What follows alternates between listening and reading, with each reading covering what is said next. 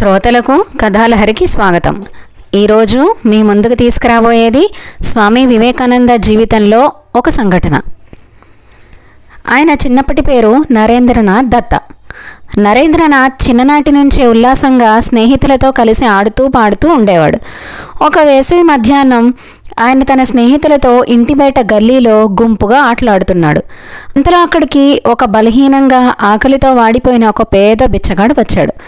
అతని ముఖం మీద ఆకలి అలసట స్పష్టంగా కనిపిస్తున్నాయి. అతను పిల్లల దగ్గరికి వచ్చి చేతులు చాచి, బాబు కొంచెం తినడానికి ఇవ్వండి, 2 రోజుల నుంచి ఏమీ తినలేదు అని వేడుకొన్నాడు. ఆ మాట విన్న నరేంద్ర స్నేహితులలో కొందరు పెద్దగా నవ్వారు. ఏంటి వీడు ఎలా వేషాలు వేస్తున్నాడో చూడు అని ఎగతాళి చేశారు. మరికొందరు అలా పక్కకి తప్పుకొని అతన్ని నిర్లక్ష్యం చేశారు. కానీ నరేంద్రుడు మాత్రం అతనిని చూసి కదిలిపోయాడు. ఈయన కూడా మనలాగే మనిషే కదా, మనకు తిండి ఉంది కానీ ఇతనికి లేదు, ఆకలితో ఉన్నప్పుడు మనం ఎగతాళి చేయకూడదు అని అనుకున్నాడు.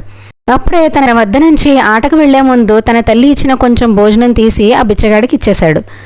ఆ పేదవాడు కన్నీళ్లు కారుస్తూ ఆశీర్వదించాడు. నరేంద్ర చిరునవ్వుతో తన స్నేహితులతో అన్నాడు, అతను మనలాగే ఆకలితో ఉన్న మనిషే కదా, మనం అంటే తినగలుగుతున్నాం, ఆ తినే తిండిలోనే అతనికి ఎందుకు ఇవ్వకూడదు అని అన్నాడు. నరేంద్ర మాటలు విన్న స్నేహితులు సిగ్గుపడ్డారు. వాళ్ళు కూడా తమ దగ్గరున్న కొంత ఆహారం తీసి బిచ్చగాడికి ఇచ్చారు. ఆ రోజు వారొక గొప్ప పాఠం నేర్చుకున్నారు. ఆకలితో ఉన్నవారికి భోజనం ఇవ్వడం గొప్ప దానమని. మనిషి గొప్పతనం సంపదలో కాదు, హృదయంలో ఉండే కరుణలో ఉంటుందని తెలుసుకున్నారు. ఇదే చిన్న నరేంద్రలోని దయాగుణం తర్వాత ఆయనను ప్రపంచానికి మానవత్వం బోధించిన స్వామి వివేకానందుడిగా తీర్చిదిద్దింది.